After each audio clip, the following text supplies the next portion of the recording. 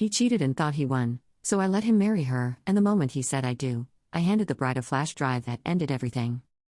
I used to believe that love was enough. That if two people shared years of history, inside jokes, and a drawer full of worn-out hoodies, nothing could break them apart. I thought loyalty was unshakable, and trust was permanent. But I was wrong. My name's Emily, and for the last 4 years, I thought I was building a life with James. He was charming in that quiet, dependable way. He made pancakes on Sundays, kissed me on the forehead before work, and always claimed that I was his safe place. We were the couple everyone pointed to as an example of stability. Friends joked that we'd end up being the first to get married. And they were right. At least, for a while. When James proposed, it wasn't some grand gesture in Paris or a flash mob at a baseball game. It was in our tiny living room, with takeout containers on the coffee table and the TV paused mid-episode. He pulled out a small box, his hands shaking, and asked if I'd marry him. I cried. I said yes. We spent that whole night talking about our future, kids, the house we'd buy, the kind of vacations we'd take. It was simple. It was us. But here's the thing about betrayal, it doesn't crash through the front door with a bang. It slips in quietly, hiding in the shadows of late-night phone calls, sudden business trips, and subtle changes in affection. At first, it was small things. James started working late. He claimed his company had a new project that required extra hours. I believed him because why wouldn't I? He'd never given me a reason not to trust him. But then came the secrecy. He started turning his phone face down on the table. When I'd ask who he was texting, he'd shrug and say, "Just work stuff, babe. You wouldn't get it." The distance grew, slowly but surely. He stopped making pancakes on Sundays. He stopped holding my hand absent-mindedly while driving. He still kissed me goodnight, but it was quick, almost mechanical. I told myself I was imagining things. That wedding stress was making me paranoid. That he loved me, and this was just a phase. Until the night I found the first clue. It was almost midnight. James had fallen asleep on the couch with his phone still in his hand. Normally, I wouldn't snoop. I prided myself on being the cool fiancée who trusted her man. But something in my gut screamed at me. Call it intuition, call it self-preservation, but I reached for the phone. The lock screen lit up, and there it was, a notification from Uber. A trip receipt. Except, he hadn't mentioned going anywhere. Curiosity turned to dread as I opened it. The ride had dropped him off at a boutique hotel downtown. The timestamp was from earlier that evening, when he told me he was working late. My stomach dropped. My hands shook. But I didn't confront him. Not yet. I needed more than just suspicion. I needed proof. Over the next few weeks, I became a detective in my own relationship. I noticed the cologne he never wore for me but somehow smelled faintly on his shirts. I saw the sudden gym memberships charges, even though he always said he hated gyms. I checked our bank statements and found dinners for two at places we'd never been together. The evidence piled up like bricks, suffocating me. But the final straw? A photo. It was hidden in his cloud storage, probably forgotten, maybe intentionally buried. A mirror selfie in that same hotel room, his arm wrapped around a woman I didn't recognize. Her face was pressed against his neck, smiling like she owned him. That night, I confronted him. I held out my phone, showed him the picture, and whispered, "Who is she?" James froze. For a second, I saw guilt flash across his face, but it vanished as quickly as it came. He scoffed, rolled his eyes, and said the words I'll never forget. "You're overreacting, Emily. You're paranoid. That's just a friend from work. God, do you have to be so insecure all the time?" Insecure. That's what he called me. I wanted to scream, to throw the phone at him, to make him admit the truth. But instead, I crumbled. Because part of me still wanted to believe him. I wanted to believe that I was wrong, that I was crazy. Except I wasn't. A week later, I got the real answer in the cruelest way possible. Through a mutual friend's Instagram story. There he was. James. My fiancé. At a dinner party. His arm around the same woman from the photo. And the caption? "Congratulations to the happy couple." My fiancé wasn't just cheating. He was engaged. To her. The room spun. My heart shattered. And in that moment, something inside me changed. The version of me who believed love was enough? She died. Because James didn't just betray me. He humiliated me. And worse, he thought he'd gotten away with it. But I wasn't going to be the ex-fiancé everyone pitied.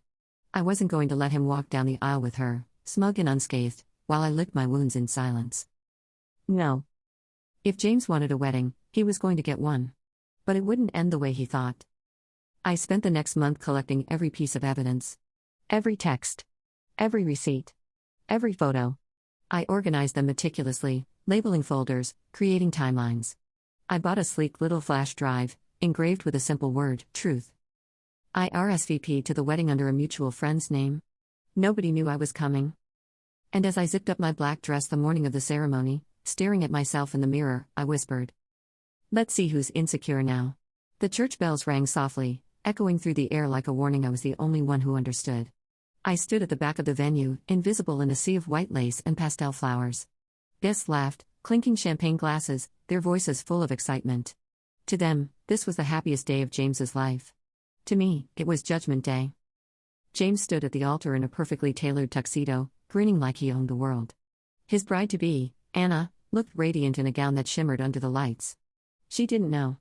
She had no idea the man waiting to vow forever to her had been rehearsing those same lines with me just months ago. My heart raced as the priest began the ceremony. I could have walked out right then, saved myself the pain of watching. But I stayed. Because this wasn't just about revenge, it was about truth. And I was the only one who had it. "Do you, James Carter, take Anna Williams to be your lawfully wedded wife?"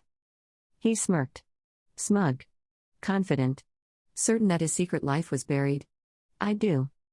"Do you, Anna Williams, take James Carter?" "I do." She answered quickly, eyes sparkling, voice trembling with joy. The room erupted in applause. Guests stood, clapping, cheering. Confetti cannons popped. Music swelled. And that's when I moved. I stepped into the aisle, heels clicking against the marble floor. The sound was sharp, out of place, and heads began to turn. Murmurs spread like wildfire. Gasps. Whispers. James's smile faltered. His eyes widened when he saw me. For the first time in months, he looked afraid. I didn't say a word. I didn't need to. I simply walked forward, calm, collected, my gaze locked on the bride. Anna blinked in confusion. "Emily?" She whispered. She knew me. Everyone did. I wasn't just the ex, I was a woman James had promised forever to be for her. I stopped right in front of them, reached into my purse, and pulled out a small velvet box. Slowly, deliberately, I handed it to Anna. "This," I said softly, my voice carrying through the silent hall, "is for you." She looked at me, then at James, then at the box. Hesitant, she opened it. Inside wasn't jewelry. It was a sleek silver flash drive, engraved with one word, truth. "What? What is this?" she asked. "Play it," I said simply.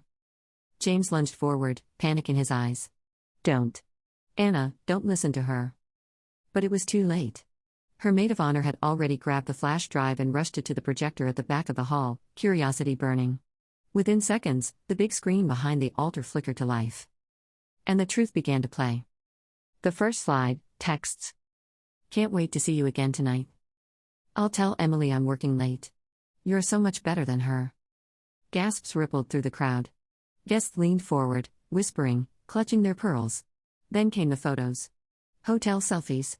Dinners. James kissing her in the same booth where I used to celebrate anniversaries. Anna's hand flew to her mouth. Her bouquet slipped to the floor.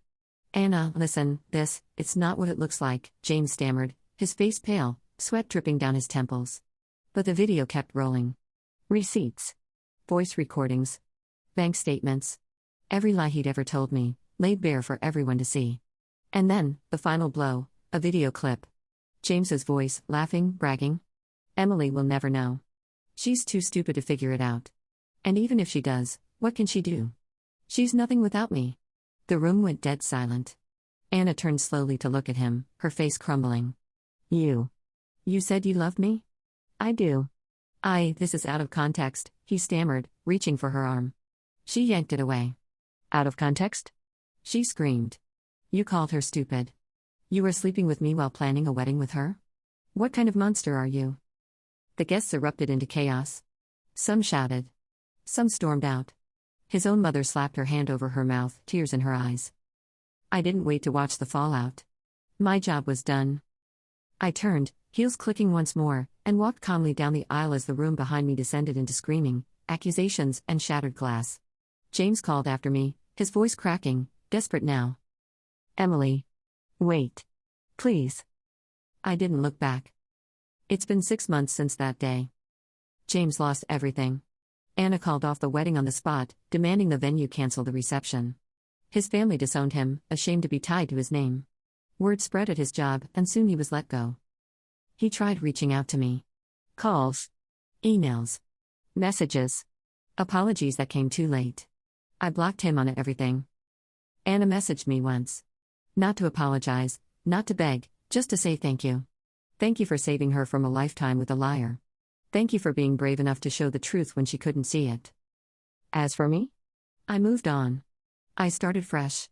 New city, new job, new friends. I'm healing. Slowly. But on my terms. Sometimes, late at night, I think about James. I picture his face when he saw me walking down that aisle. The smugness melting into fear. The certainty shattering into desperation. And I smile. Because he thought he'd broken me. He thought he'd won. But in the end, I wasn't the woman left crying at the altar. He was.